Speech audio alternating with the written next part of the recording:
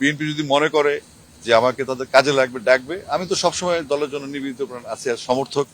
কিন্তু পদ পদবি বা দলের কাছ থেকে কিছু চাওয়া পাওয়ার নাই আমার। দেখেন, আমার সাথে বেগম খালেদা জিয়া তিনি যখন 7ই নভেম্বর 2024 সালে উনি একটা লিঙ্কে আমাকে ফোন করেছিলেন, এবং 2017 সালে তিনি যখন অন্তরীণ হন তখন ওনার 2 দিন আগে আমি এখানে আসছিলাম।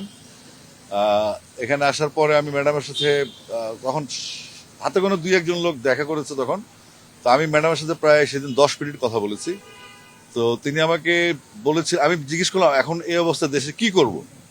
উনি বললেন যে তোমার কাজ গান গাওয়া, পার্টির নেতারা অনেক ভালো ছিল, তারা অনেক ভালো অবস্থায় ছিল, আন্দোলন সংগ্রাম করলে তারা করবে, তুমি গান গাও।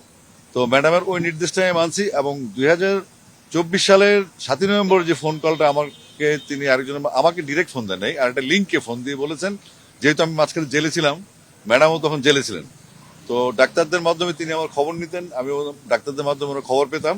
আমি ছিলাম কেরানীগঞ্জ, উনি ছিলেন বক্সিবাজারে। তো তখন ম্যাডাম আমার খোঁজ খবর নিতেন, তারপরে আর ম্যাডামের সাথে দেখা হয়নি। কিন্তু ওনার এই 7ই নভেম্বরে যে ফোনটা ছিল, ওনার 8 নভেম্বর যাওয়া লন্ডনে, বাট উনি 21 নভেম্বর সশস্ত্র বাহিনী দিবস উপলক্ষে দেশে থেকে গেছেন, এবং তিনি বলেছেন আসিফ যেভাবে আছে সেভাবে থাকবে, সে তার কাজটা করবে, এবং সে যেভাবে সেভাবে থাকুক। এর বেশি এই নির্দেশটা মেনে চলছে আসলে।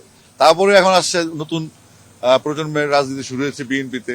বিএনপি যদি মনে করে যে আমাকে তাদের কাজে লাগবে ডাকবে, আমি তো সবসময় দলের জন্য নিবেদিত প্রাণ আছি আর সমর্থক।